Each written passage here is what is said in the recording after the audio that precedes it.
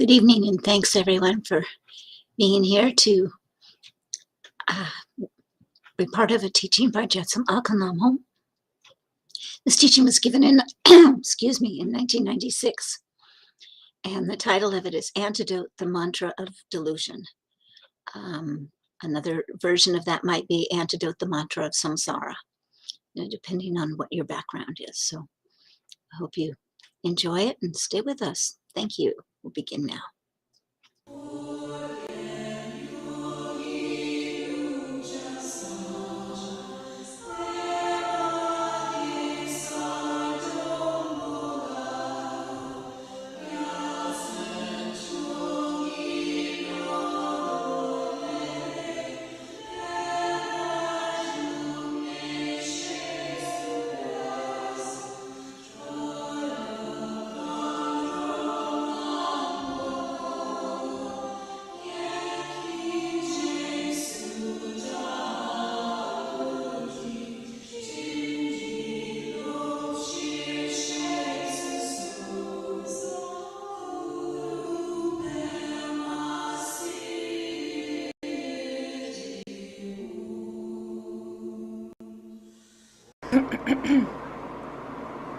One of the things that's going to happen is we're going to have a more in-depth discussion of and instruction on Ngundro, or preliminary teaching.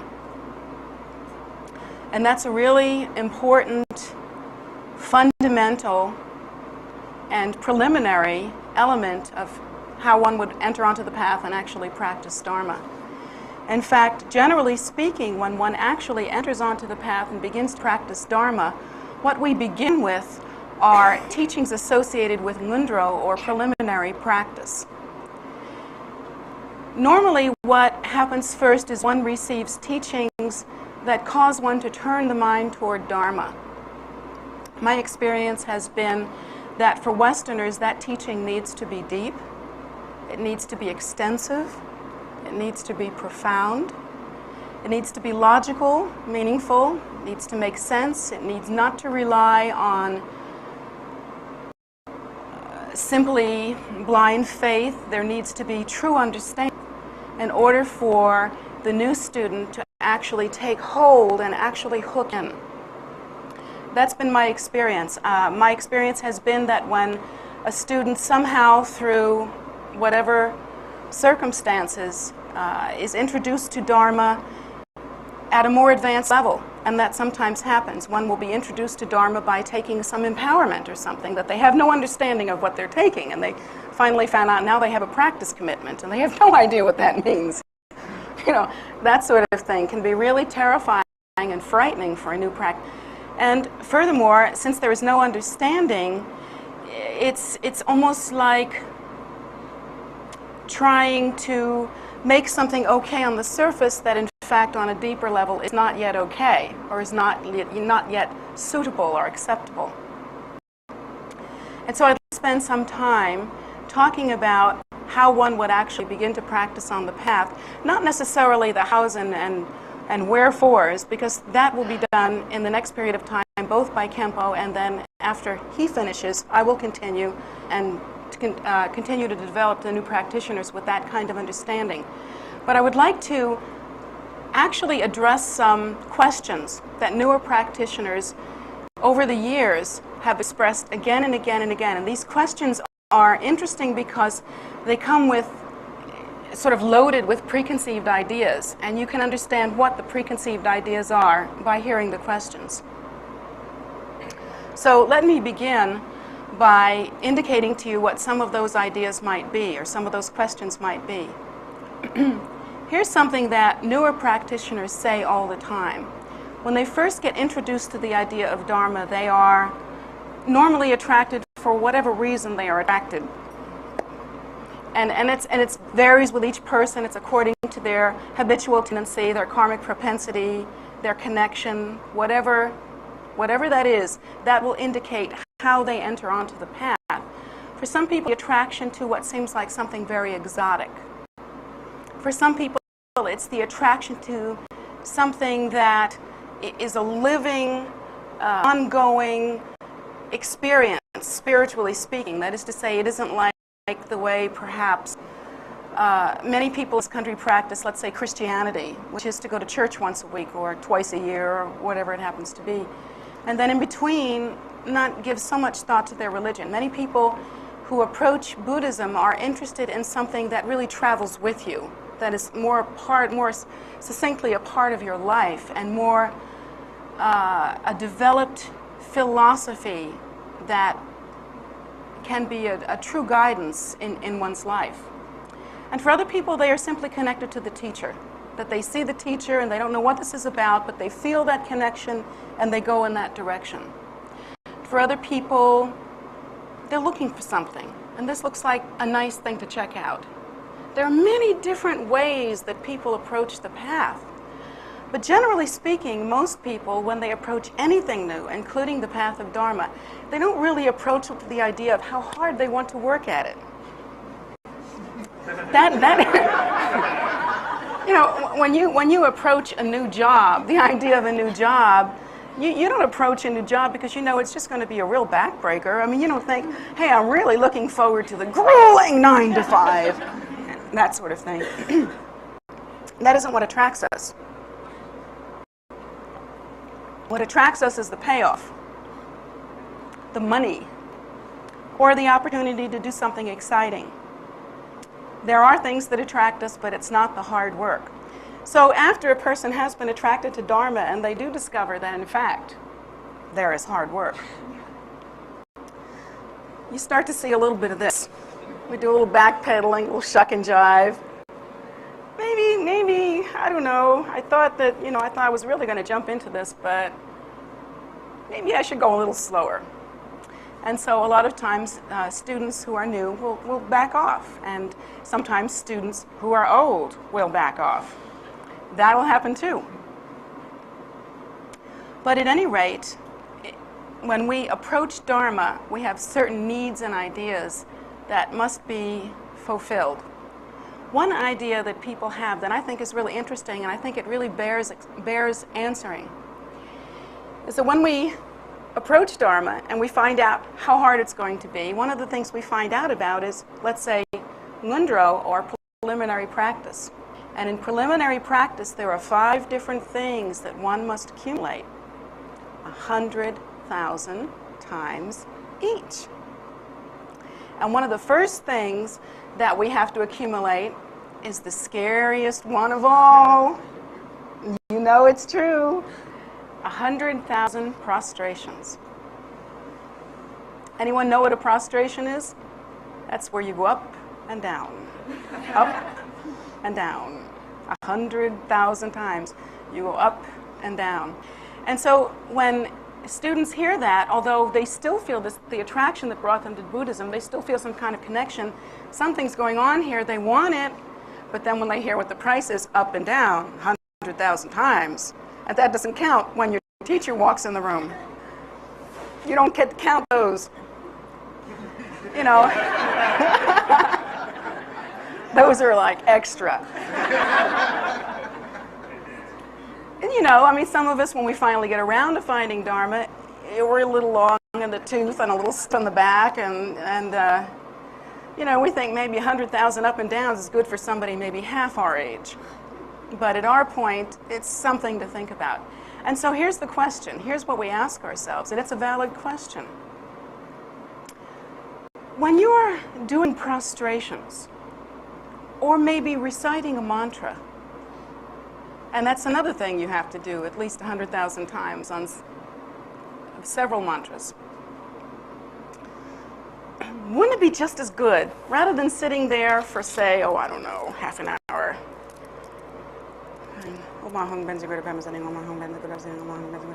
Half an hour. Half an hour is a short time to accumulate, but let's say, rather than sitting there for a half an hour, what if we said one really good Om Ahun Benzar Guru Pema Siddhi Hum? What if we said it so good that it's like the best mantra anyone's ever said? What if we said it so good that we are completely absorbed? Rather than saying it 100,000 times, per syllable, which is how you, well, anyway, you'll learn about that later. What if you said it once really good? First of all, you could pronounce it really perfectly, which nobody in America can do yet, but you know, you can pronounce it really perfectly. And then while you're pronouncing it, you can remain in complete absorption. Isn't that one of those kind of funny hand things that you see people doing in the New Age? We can do it in complete absorption. Let's say we can do it in such total absorption that even if lightning were to strike, we would be immovable, in immovable samadhi, reciting that one mantra. Wouldn't that be better than just saying, you know,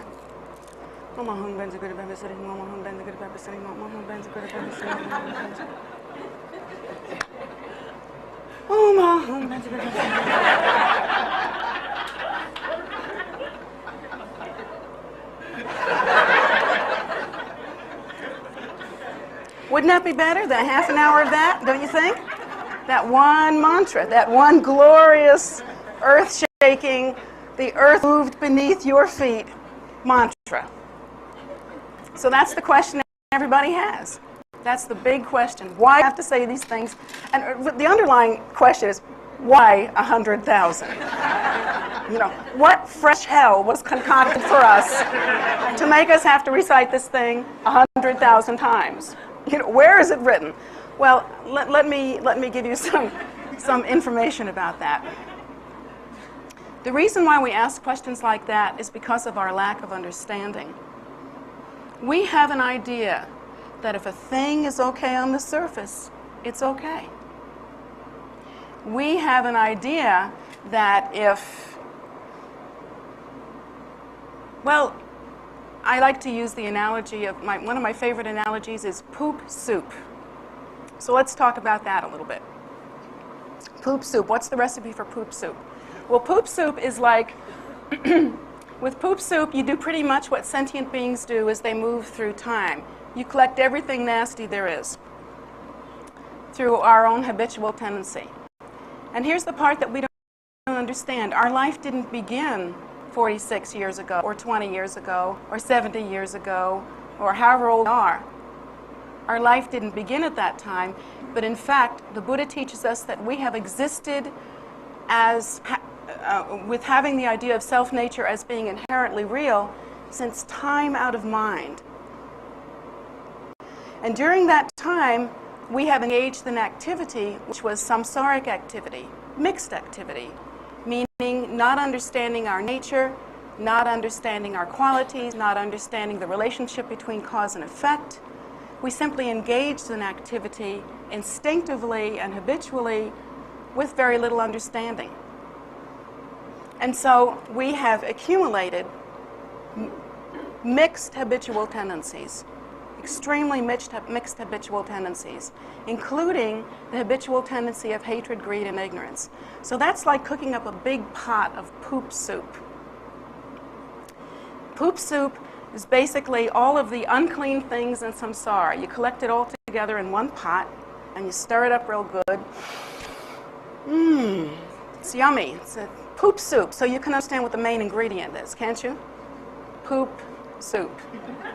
Got it? Okay, so you stir it up. The fragrance of cooking fills your house. It's wonderful, right? And so the first day you cook up your poop soup, it looks like pretty much what it is, boiling poop soup, right? And the second day you boil it some more because that's how it is, life moves on. Poop soup is still boiling, and the second day it looks pretty much like poop soup.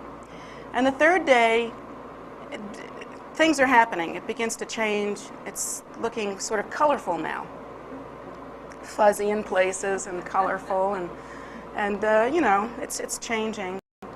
And every day that you look at it, one day it's kind of orangey, the next day it's kind of purpley. Depends. There's like different fuzzy little things that are growing on it. Poop soup changes every day. It's just a cornucopia of colorful delight, the fragrance of which continues to fill your house. And then one day, something magic happens. You go to check out your poop soup for the day, and you notice that on top of your poop soup, there is this wonderful, soft, furry layer of something pure and white. Sort of white, fuzzy something is grown on top of your poop soup. And here's how we think. We think now that our poop soup is all white and fuzzy and pure, it's okay. Now, the only reason why we think like that is because we don't understand that in fact we are not superficial creatures. We aren't that pure white stuff that's growing on the top. We are deep creatures, meaning to say we didn't just crawl out from under a rock. We didn't just appear in space. We didn't just start 35 years ago, 75 years ago, whatever it happens to be. But since time out of mind, we have been making connections, we have been engaging in cause and effect relationships, and we're like that pot of soup. There are many, many ingredients inside of us, and it's a deep pot. As we live, everything in that pot gets stirred up, from the bottom to the top, from the top to the bottom, from the side to the middle. It's always getting stirred up. But we think of ourselves in a very superficial way. And what that means is that on the day when we come up somehow magically, just because of chance, it's almost like, it's almost like the slot machines in Las Vegas. One day you're going to get 3 cherries.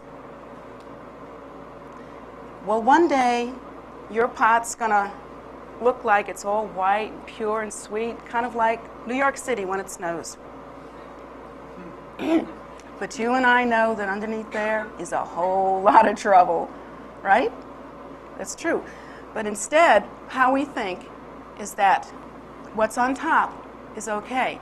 So we have this idea, and actually this is how we think, and it's an unfortunate thing because it does not lead to self-honesty.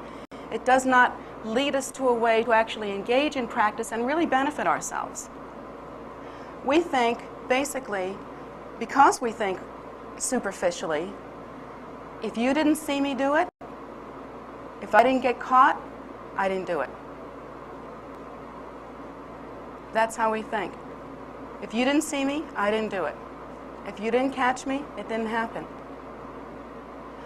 What we're not taking into account is that we are deep creatures, that we have strong habitual tendencies that we have engaged in since time out of mind, that we are extraordinarily complicated, that there are layers and layers and layers and layers of tapestry or fabric or weaving part of our nature. To say one mantra, even if you say it so perfectly, so beautifully, pronounce it so well, and do so with complete absorption, could not possibly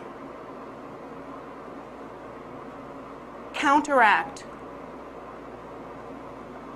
time out of mind's worth of habitual tendencies and inappropriate, negative, or neurotic activity which we have engaged in.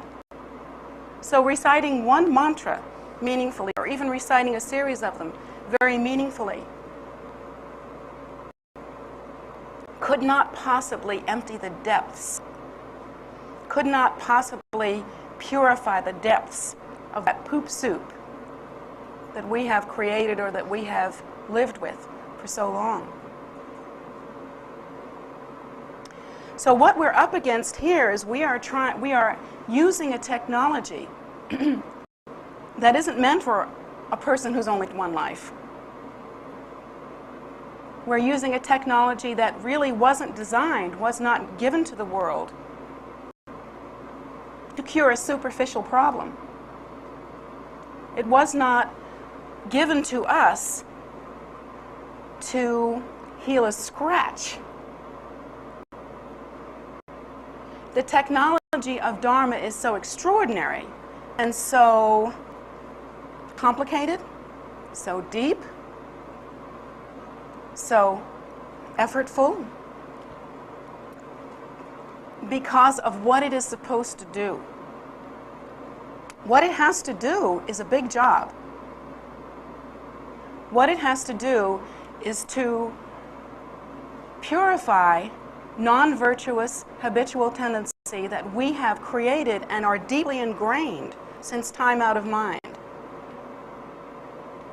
Now, if you were able, we have another problem, and that problem is that it's kind of like we were born on a merry-go-round. Do you know what happens if you're born on a merry-go-round? You have no understanding that you're going round and round. The only way you could understand that you were born on a merry-go-round is if the merry-go-round would suddenly stop. But if that were natural for you, it would be invisible to you. And so for us, it's as though we were born on a merry-go-round. We have no way to know how much divisiveness, how much discursive thought, how much conceptualization, how much superstructuring goes on within our minds. We are literally, in many ways, strangers to our own minds. Actually, within our minds as ordinary sentient beings, there's a constant dialogue going on inside, constant inner dialogue. You have to ask yourself, between who and who? But it's going on, you know? It's a constant inner dialogue. There is this white noise, this conversation that's going on, and you're answering yourself. That's the weird part about it. If you can really calm down and tune into yourself, you'll see that there's this constant inner chattering, inner noise, and it isn't even as simple as the one piece that you're able to hear and pick out. In fact, there's layer upon layer of it. It's like many, many tracks that we seem to be running on. So much discursiveness inside of us.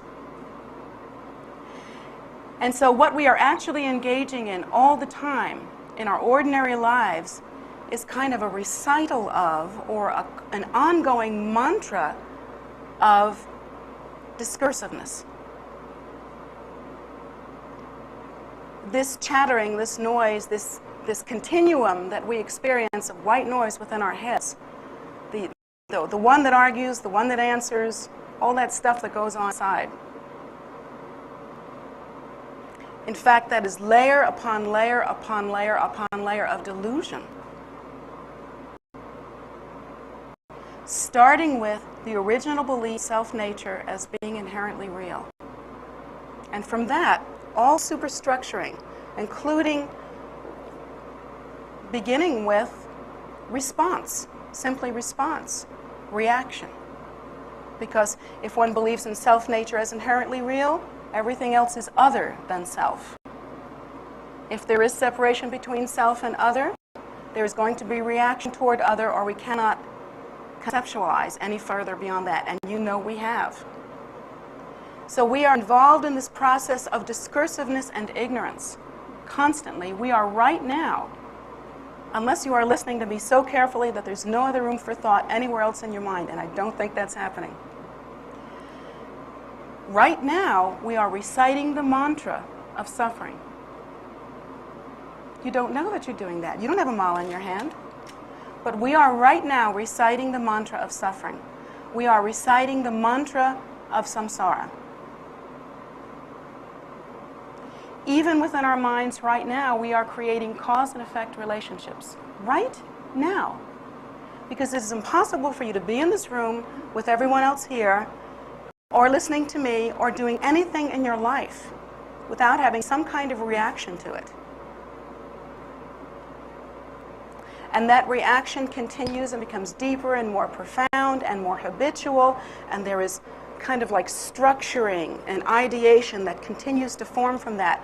Continual elaboration.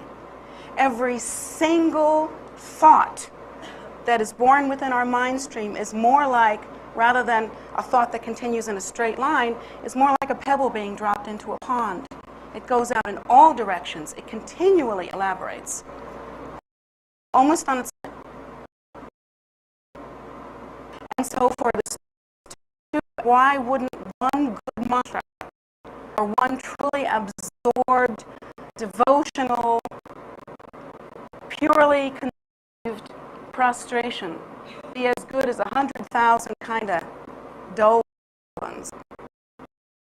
The reason why is because right now, and since time of mind, we have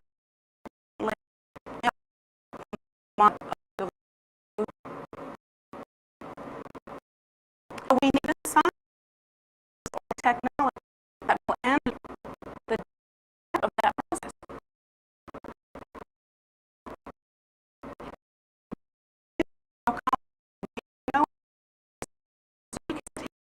Open prayer and really concentrate on it as well as reading it. Of course, if you really learn how to listen to yourself, you know that even while you're doing that, there's something going. That monkey head is still doing something. But let's say we can really concentrate on it, and then we contemplate, and we think, what a beautiful thing, really something special, and we're moved, and we're attracted to the Dharma, you know, that sort of thing. We implicated that even while we are doing that, at the same time, although we choose not to listen to the voice that we don't like, that other voice is going, Dharma, what do we care about Dharma? We care about watching TV and sitting on our fat bus. Or, you know, we have all of our other conceptions and ideas about the ways we really want to live. And so while on the one hand, we're, oh, these are the Buddhist teachings, and this is so perfect, and I can see the virtue in that. You know, really you can. I mean, you all read this stuff, you can see the virtue in it. So you think like that, we don't want this, we want to be happy now. And so even while we're studying Dharma and practicing Dharma, this business is going on inside of us.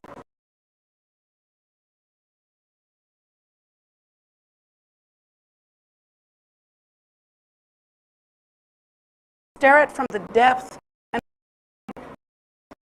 agent, or the agent, which is to put the opposite pile of what we do. Ordinarily do stuff associated with self-nature as being inherently real. We're constantly continuing that practice. That's what we do. That's the Dharma, the world we're practicing now. When we practice what the Buddha teaches them, when we practice what the Buddha has brought to the world, we must do so in a way that antidotes layer after layer after layer after layer. And it's almost like we have to seduce the monkey in our heads to chatter differently. Essentially, we have a lot of space to fill. So it takes at least 100,000. So like that. But what we don't realize is so difficult and how complicated endless is our internal discussion on how much it controls our lives. Because it does. That monkey in our heads that we think is just a noise, that has nothing to do with anything, actually is in the driver's seat, is in control. Because if you're listening to that inner dialogue, it has nothing to do with your nature, nothing to do with the truth of you. It has to do with non-virtuous habitual tendencies. You know about the dialogue in your head. I don't have to tell you about this. Let me just remind you a little bit in case you're defending any of this. In case you're defending yourself against the onslaught of me telling you you have to do 100,000 of something. What's actually happening inside of your head? Everything imaginable. In fact, it's so busy inside of there, I don't know why. I mean, you know, you ever heard that old joke where people will, I've seen comedians do that. They'll look at somebody next to them and say, is the noise in my head bothering you? I mean, really, I don't know how it doesn't, because there is so much going on inside most of our heads. It's like, it's pretty difficult. That's going on constantly. And inside of that, what's really happening? Well, think about it. Let's say you go to work, or you go to your family, or you're having some kind of particular experience that day, and it doesn't work out so well for you. In fact, let's say that someone said something to you that was unkind, and you didn't know how to defend yourself. You didn't know how to come back. You just sat there with it and couldn't defend yourself and just didn't know what to say. Well, what's going to happen to you for the rest of that day? You're going to have that experience again and again and again. And you're going to redo it so many different creative ways. And that's how you're going to spend your whole day. And that's only the noise in your head that you know about. What about the rest of it? But that's the kind of thing we're doing within our minds all the time. We're defending ourselves, defining ourselves, going over the separation between self and other, reevaluating that, planning for the future, how we are going to be on top, how we're going to be the star. All of our little neurotic propensities, although in our lives we've learned the skill of controlling them. After all, none of us have murdered anybody so far. We try not to do too much damage. We've controlled it to some degree, but in fact, all of that neuroses still continues within our mind stream. We suppress it, but it's still there. And so can you really honestly ask yourself whether there is wisdom in what the Buddha has taught? That in fact, when it comes time to practice Dharma, to realize the nature of one's mind, to see it purely and clearly, to wipe away the stain of non-virtuous behavior and discursive thought and ancient habitual tendency and simple ignorance.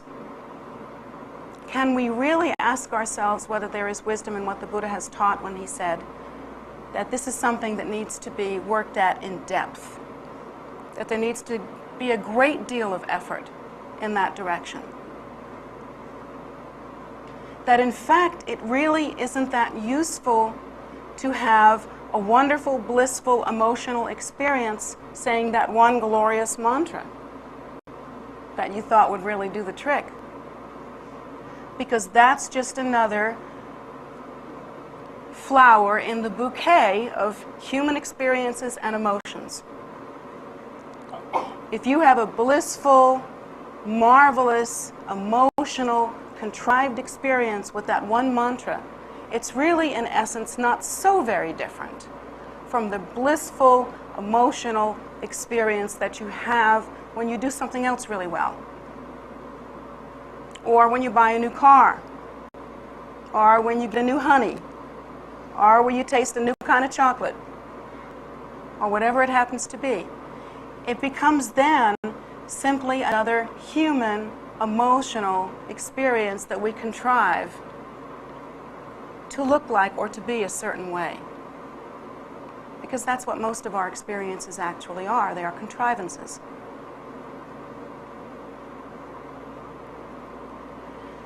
In order to really stir the depths of samsara, that is to purify ancient habitual tendency, well-established habitual tendency, in order to create new habitual tendency, which is the habitual tendency of virtuous activity, a great deal of depth and effort has to come into that. So many recitations are required. And the goal here is not really to have an emotional experience. It is to recite the syllables associated with mantra, which are not ordinary, which have each and every syllable have a particular extraordinary blessing associated with the mind of enlightenment, and serve to actually purify the winds, channels, and fluids within one's psychic nature. So many repetitions here are the key. And then on top of that, since you thought maybe the way to do this would be to have a beautiful, deep, and profound experience anyway, you might try being completely absorbed in the mantra that you are reciting. Because you're right about one thing. This is a question that you've asked, and you're right about one thing. It is less potent to say mantra like this. That's less potent than to really remain absorbed in the visualization that is given to you by the teacher, and to remain absorbed in the activity itself. That is much more profound and much deeper. But still in all, even if you are to do it in a way where you're completely absorbed, where the experience is deep, where it's profound, where you're really paying attention, where you're really developing some clarity of mind, still in all, even with that, it is necessary to make many repetitions. And the reason why is because you are making many repetitions now. And there's a goal here. We are applying an antidote to something specific in order to have a specific result. There's a difference between reciting mantra for that reason, with that kind of perspective, then a difference between that and maybe coming to some teaching or going to church or coming to even a Buddhist temple or recite, hearing what I have to say to you, and then simply thinking, oh, now I've heard that, so therefore I've had some of Buddhist teachings. Okay, that's very good. There's a difference in the goal orientation, do you see? One of them is simply collecting something, having something, saying you've been there. A notch on the belt. It's something. And the other one is understanding the faults of cyclic existence, the conditions of samsara, the depth of it, the complication of it, and understanding that there is a goal, an extraordinary goal that cannot be reached any other way, other than to apply the necessary antidotes. That goal, of course, is enlightenment. That goal, of course, is what the Buddha experienced when he said, I am awake. It is awakening to our primordial nature, to our nature. It is a condition that is beyond form, beyond formless, beyond samsara, beyond even nirvana. It is an utterly conditionless and natural state. And to awaken to that nature, that is the goal. Now, while, according to the Buddhist teachings, that goal isn't very far away, it doesn't even have to be created. One doesn't create enlightenment, you see. Enlightenment cannot be created. The natural state cannot be brought closer or created or uncreated. It simply is not within the realm of that kind of activity.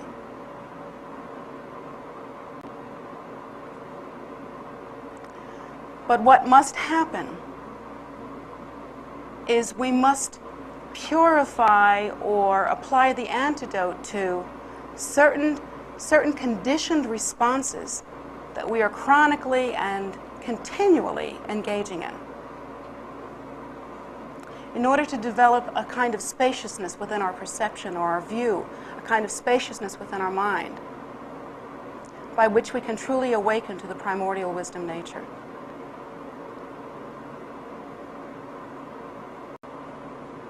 So what has to be done is very deep. When you come here and you ask yourself, what has to be done here? It's not just hanging out being a Buddhist. I don't really care if you're a Buddhist. I just want you to be liberated. You can call yourself whatever you want. So to hang out here and be a Buddhist is probably equal to going to a movie.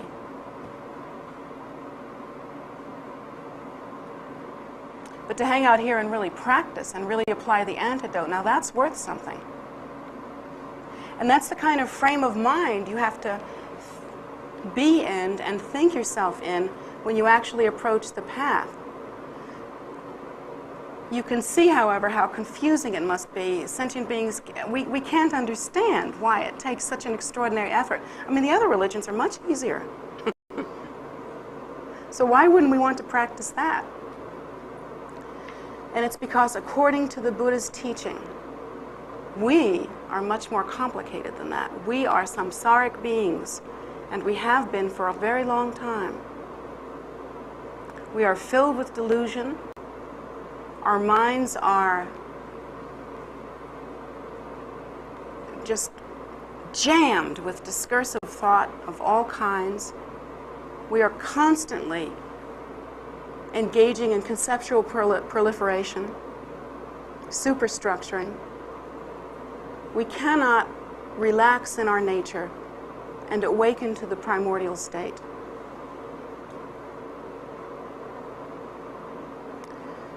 This is why it's so complicated to practice Dharma as we do. And this is why, these are the kinds of things that people ask. Why can't we get through this easier? And then they want to know, why do we have to do prostrations? Why prostrations? I mean, couldn't we just be devoted to standing up? Well, then you've got to ask yourself why you're asking that question.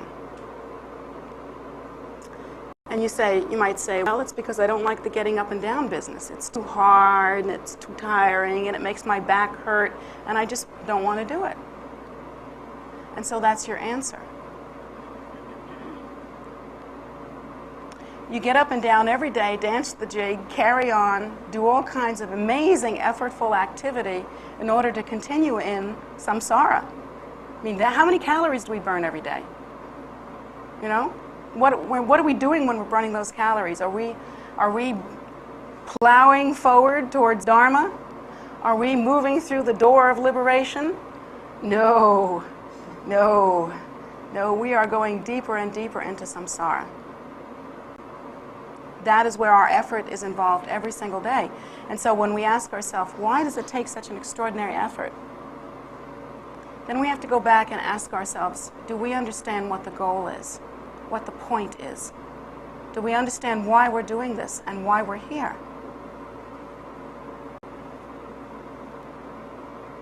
And it isn't just to hang out. There's something that actually needs doing in order to attain liberation. Otherwise, liberation is not a fact, not a certainty, not a state, not a real goal. It's simply an idea, just like any other idea. Something floating around. It's just a word. It has no meaning.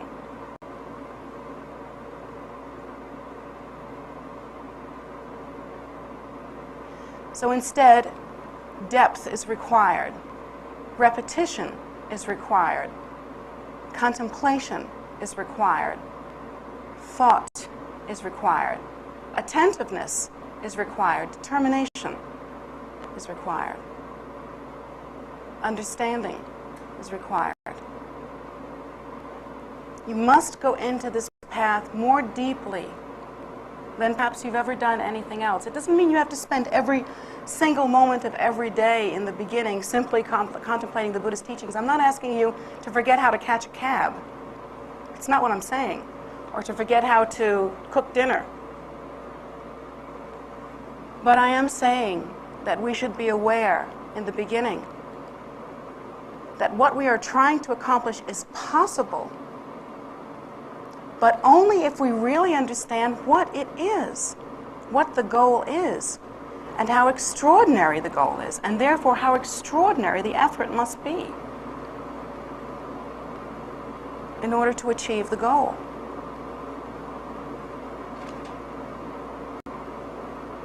Because it must be that extraordinary.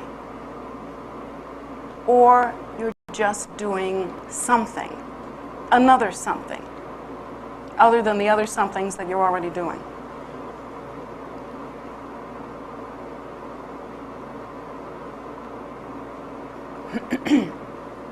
When we practice prostrations, we are, for one thing, we are applying the antidote to pride. Well, you think to yourself, shoot, if that's what we're doing, I'll just stop being proud.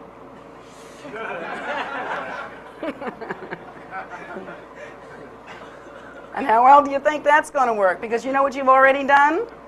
You've already said, I can figure out how to do this better than the Buddha did. You don't think there's a little pride in that? I do. There's pride in that already. So the Buddha teaches us that instead of being oriented towards entering more and more deeply into samsara, as we are now, and instead of being oriented towards engaging in non-virtuous activity and creating non-virtuous habitual tendency and continuing our delusion, instead we should make prostrations. And how do we make prostrations? We say, I take refuge in the Buddha, in the Dharma, and the Sangha. The three precious jewels, the Buddha, the Dharma, and the Sangha. Now, why is it necessary to do that 100,000 times and to bend our bodies when we do that? Because inside ourselves, we are constantly saying, I take refuge in what I want, what I'm going to get, and what I'll have in the future. I take refuge in, you love me, you take care of me, you give me stuff. We are constantly taking refuge in stereo, TV, CD player. We are taking refuge in chocolate. What else? What do you like? Cake? Ice cream? I mean, these are the ways that we think. I mean, we don't realize that, but when you go for something, what do you go for? You go for something else. You don't go for the Buddha, the Dharma, and the Sangha. You go for something. You go for ice cream. You go for a new car. You go for anything but the Buddha, the Dharma, and the Sangha. And so now we're doing this practice where with our whole bodies, we're purifying body karma. The non-virtuous activity that we have engaged in since time out of mind, where instead of going for refuge, we went for ice cream. You know? So instead, now we are actually with our body, speech, and mind, using the body by making prostration, using the speech by reciting, using the mind by remaining absorbed and visualizing. Now we are training in the same way that a bodybuilder trains a muscle, develops and trains that muscle by pumping it, working it, working it, working it. Now we are working to sharpen our focus, not to be simply reactive and discursive the way we are in samsara, going towards meaningless goals that with no distinction whatsoever. I mean, we'll follow anything, you know. Instead of going for meaningless goals that have no meaning whatsoever, instead now we are training body, speech, and mind to be single-pointed for the first time. This is pretty amazing when you think about it. For the first time, single-pointed. I take refuge in the Buddha, in the Dharma, and the Sangha. And if you do it with your body, speech, and mind, the potency of reciting that 100,000 times is extraordinary. Simply extraordinary. I mean, completing 100,000 repetitions of the refuge mantra and prostrations is an extraordinarily life-changing experience. It's like stopping the merry-go-round for a minute. And it's almost as though if you were born on a merry-go-round and your movement was remarkable, you know, and then suddenly you stopped, don't you think that something inside of you would go, whoa, whoa, whoa, whoa, what's this? This is new. And that would be the beginning of a new kind of experience. And it's kind of like it takes the weight of that kind of practice to make that happen. And then the next thing that we have to accomplish is 100,000 repetitions of the Bodhisattva vow, a short version, Bodhicitta mantra. So you think to yourself, well, if all I'm trying to do, well, what's the goal here? See, I'm trying to be compassionate. Okay, so from now on, I'm just going to be nice. Have you ever tried to make that decision? From now on, you're going to be nice? You ever tried to do that? How long did it last? Maybe 5 minutes if you're lucky. I think the all-time world record for a woman is 28 days.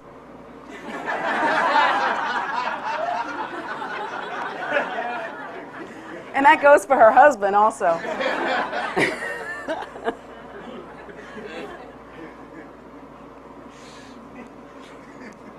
So it really can't be done. You can't just decide you're going to be compassionate. And why is that? Because you still have the weight of these ancient habitual tendencies and deluded perceptions. So the Buddha teaches us that what's needed here is to recite the Bodhicitta mantra at least 100,000 times with the correct absorption, correct mental concentration, mental imaging, mental visualization, and under the appropriate, just as you are taught by the, don't make up your own religion now. Don't do that. Practice what the Buddha has taught you. Just like the Buddha says, and that will change that. Rather than thinking, oh, okay, well, you know, let me see if I can rewrite this religion just to make it a little easier, which you guys have all tried to do, haven't you? Yes, we know that. So instead of rewriting the religion, we actually practice it the way that it was given. But we're thinking, wouldn't it be nice that, instead of this 100,000 business, why don't we sort of do it the new way? This is a new age, isn't it? We'll just think positive all the time. Anybody ever tried to think positive all the time? That's another fun one. The world record for that is also 28 days. So, we have to understand that what's recommended here is not arbitrary. It's not, some Buddhist person didn't show up a long time ago and say, see, when it gets to be about 1996, how are we going to torture these people? It wasn't like that at all. These practices are meant to antidote your particular situation. You must understand that these were not given to us by ordinary sentient beings. These were not authored by someone who felt that they had an answer, the way many of our New Age wisdoms are. Nowadays, we hear people coming up with wisdom all the time. All kinds of wisdom. Came up with it 2 years ago, 5 years ago, had a dream, had a vision. Everybody's got some wisdom. But this stuff that comes from the Buddha is different. What actually occurred here is that the very mind of enlightenment appeared in the world as the perfected Buddha. This was not an ordinary sentient being. This is the Buddha nature appearing in the world in a form that we can see with our eyes. From the mind of that nature, from the mind of that one, directly from the Buddha nature itself. This antidotal process was given. It's not the same as some mom and pop wisdom somebody cooked up nowadays. So it's not going to sound like, let's put a Band-Aid on an ulcer. It's not going to sound like, okay, well, you've been alive since time out of mind, creating lots of non-virtue. Just think positive, everything will be fine. It's not going to sound like that. It's going to sound like what it is. The necessary solution for what ails you. According to what you actually are, not according to your simplistic, oversimplified, I should say, understanding of yourself. So the Buddha has given a very deep, very extensive, very profound method for a very deep, extensive, and profound problem. And there are no shortcuts. The other difficulty that new students have is they keep saying, well, this is amazing. I mean, this sounds like, I've been looking for something that's that deep and that profound. And this sounds really good. And as soon as I have time, I'll get into it. But right now, I have children, and I have a life, and I have a job, and a car to support, and all these things. So, I'm rooting for you. And I hope, I hope lots of people become Buddhist and do all this. But right now, for me, I have to wait. I have to wait for a while.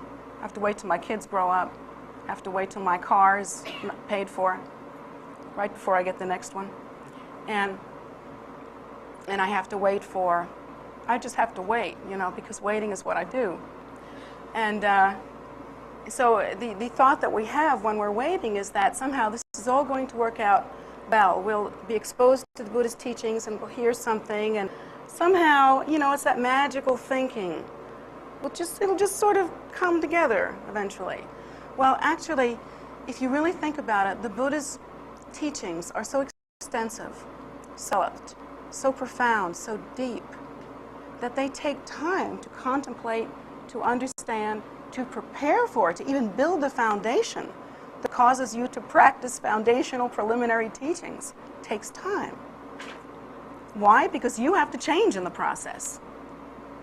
We're not in the business of applying Band-Aids here. It takes time for you to change. Some of you change faster than others. And it takes time to do the practice. The practice is extensive.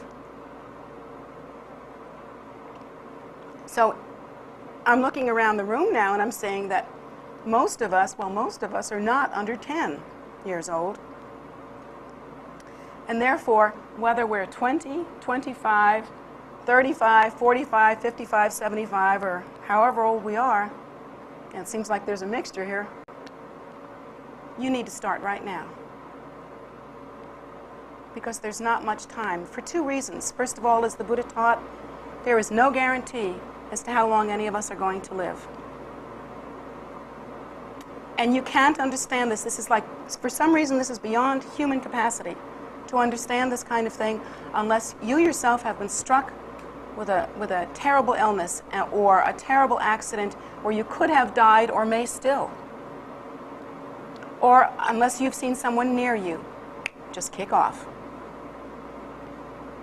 Once you've had that experience, you may understand, but before that, it's very hard to understand what the Buddha has taught. There is no guarantee that you're going to wake up tomorrow, or next week, or next year.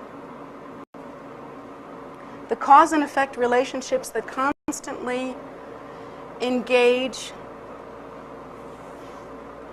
our own sea of karma, that sea of karma that is already hooked up and functional within our mind stream, is very fluid and is constantly being catalyzed by other events. Each one of you has most likely the karma to live for a very long time, and also the karma to die quickly. Which one will ripen? Well, that's up to you. It's according to how you practice, according to how you live, according to how you determine your mind state. Because everything you do, everything you think, everything you engage in is an additional cause and effect relationship and an additional catalyst. Everything you do is important.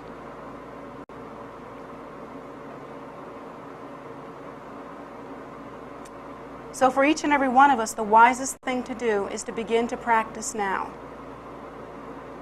You know yourself very well. You know when you tighten up, you know what you need, you know when you get scared, you know when you do your best. You like to think you don't know, and you kind of get limp and act like you need guidance for everything. But in fact, you do know. You do know how to take care of yourself if you stop and think about it and engage in some self-honesty. So do whatever it takes to mother yourself through, to nurture yourself through, to get to the point where you can actually practice. I highly recommend for every one of you that when the opportunity to actually engage in Ngundro arises, and it will soon, Khenpo will give teachings on Ngundro, and then I will continue that process over the next year with small retreats where we can practice together. I strongly recommend that you engage in Ngundro. Although it's only a preliminary practice, it is extremely profound and extremely deep. And there are actually many highly realized lamas who only do Ngundro, or only do preliminary practice again and again and again.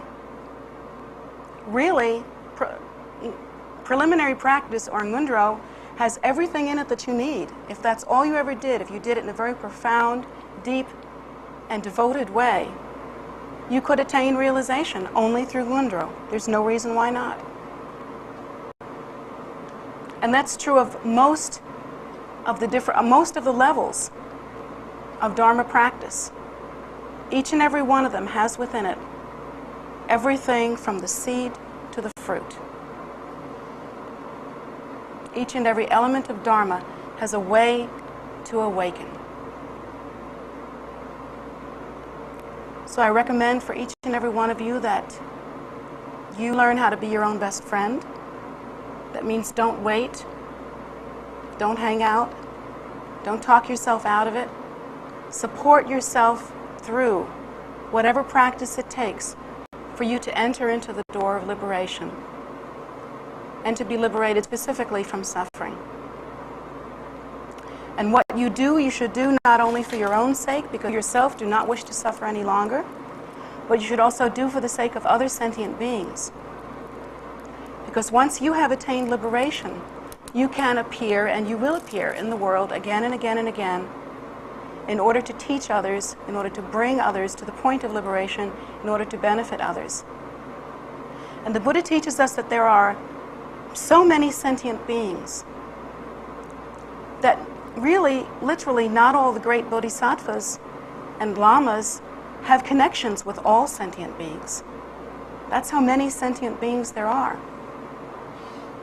We don't have connections with all of them. And so that means that maybe there are sentient beings with whom you have connections.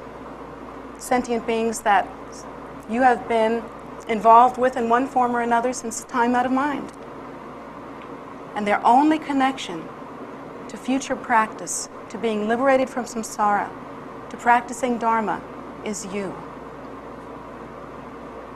Literally, there are sentient beings right now who are waiting for you to achieve liberation. The more you dance around with this, the more they suffer, and the longer they wait.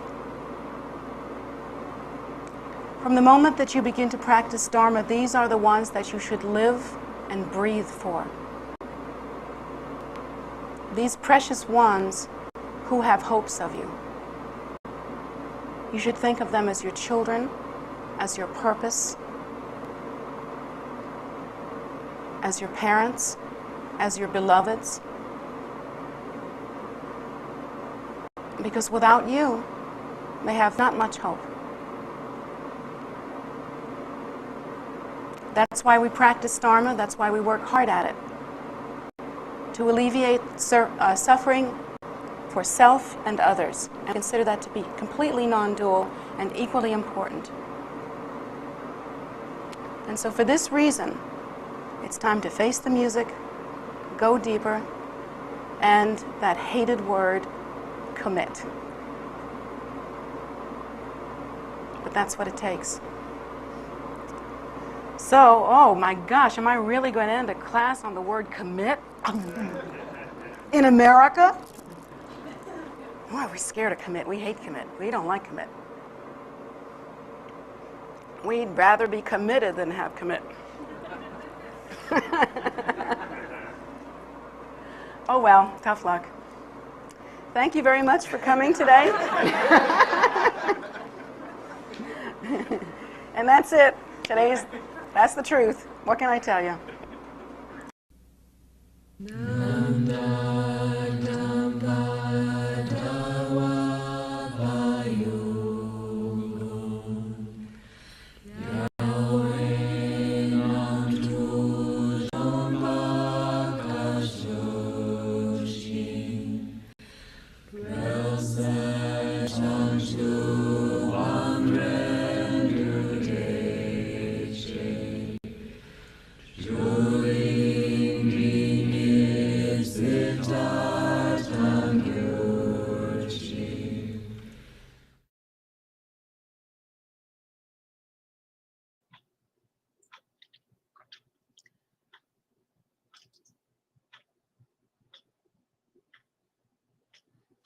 Thank you so much for joining with us and for being here for this teaching and for just being you and being willing to listen and perhaps even do all that she's asked.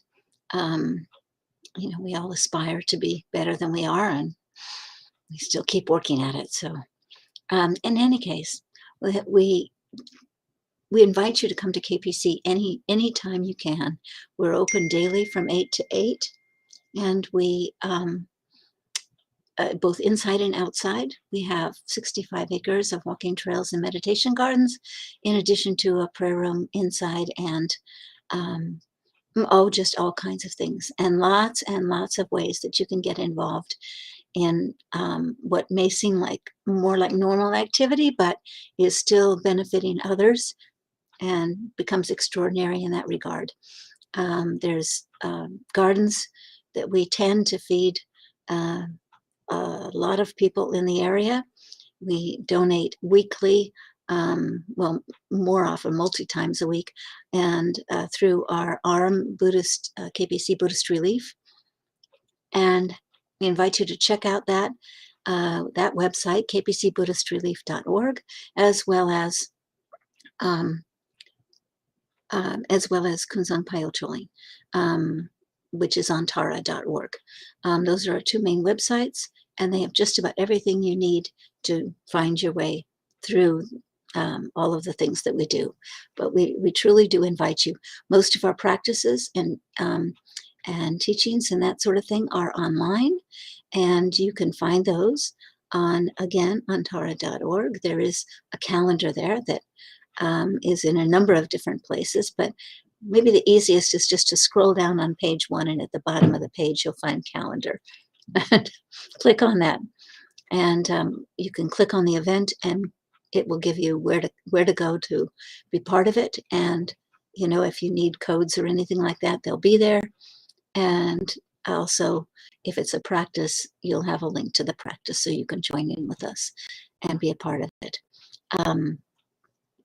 The Nundro teachings that she's referring to here, we're hoping to have later this, well, I don't know if it'll be this year or earlier next year, but it will be, we're looking forward to having a Kempo come to the temple and be a resident and be teaching regularly.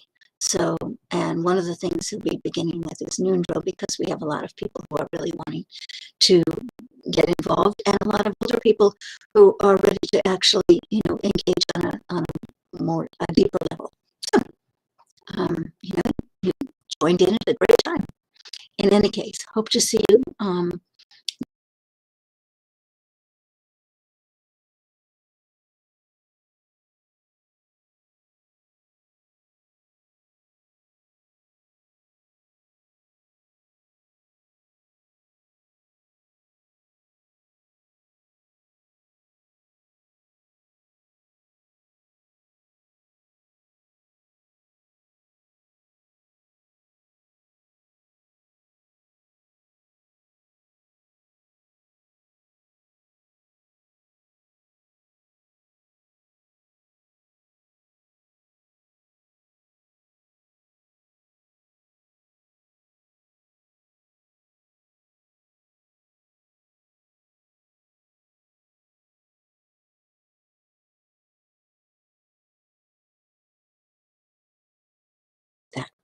Anyway, next time, and thanks for joining.